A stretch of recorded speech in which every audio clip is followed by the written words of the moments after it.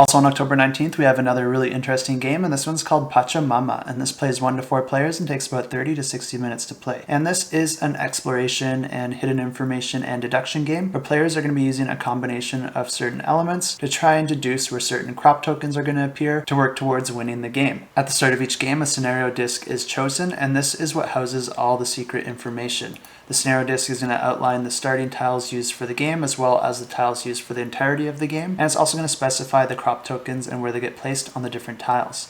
One side is kept secret from all players, while the other just dictates the initial setup of the game. This is going to get slid into the actual Pachamama wheel, which has some sliding windows, and players will be rotating the disc depending on different coordinates on the board in order to determine which crop tokens will be placed there. And this is a game where players have a number of explorer meeples, and on their turn they get to choose one out of 2 actions. They can either explore or divine.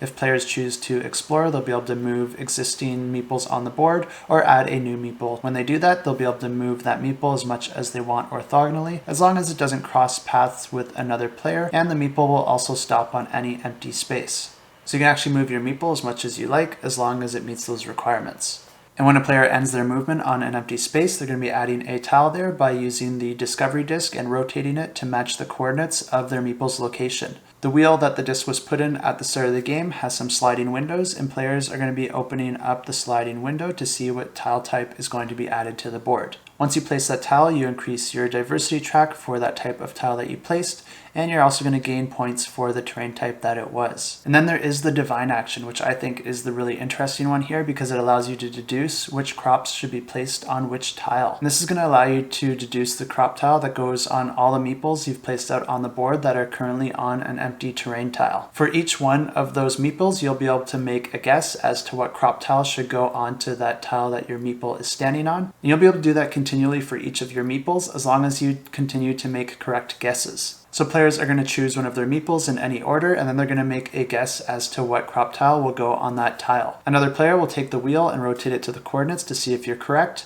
and regardless if you're correct, the actual crop tile does get placed onto the board, and you're going to score points based on that crop tile. Different crops have different values, so you're going to really want to try to align yourself with the more valuable ones. Players will also gain an offering cube that matches the color of that crop type, and players can only own one of each color. At the end of your turn, you'll be able to trade those cubes for additional victory points, and the more unique colors you have, the better, because it exponentially increases the amount of points that you can get. But now I'll get into how the actual deduction works, and in order to deduce, there's actually 2 layers of deduction that players will have to consider.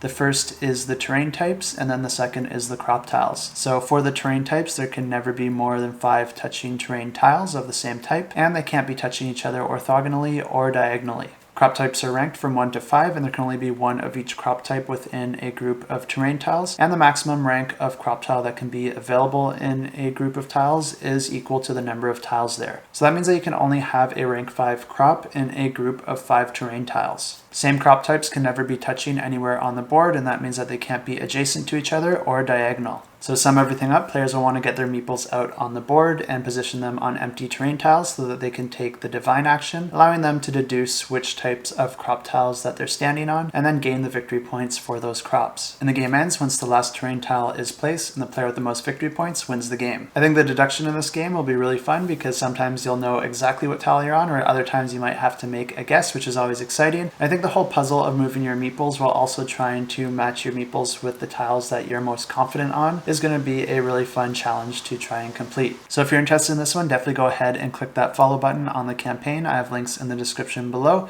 and that'll also get you an additional scenario disc for a unique gameplay experience.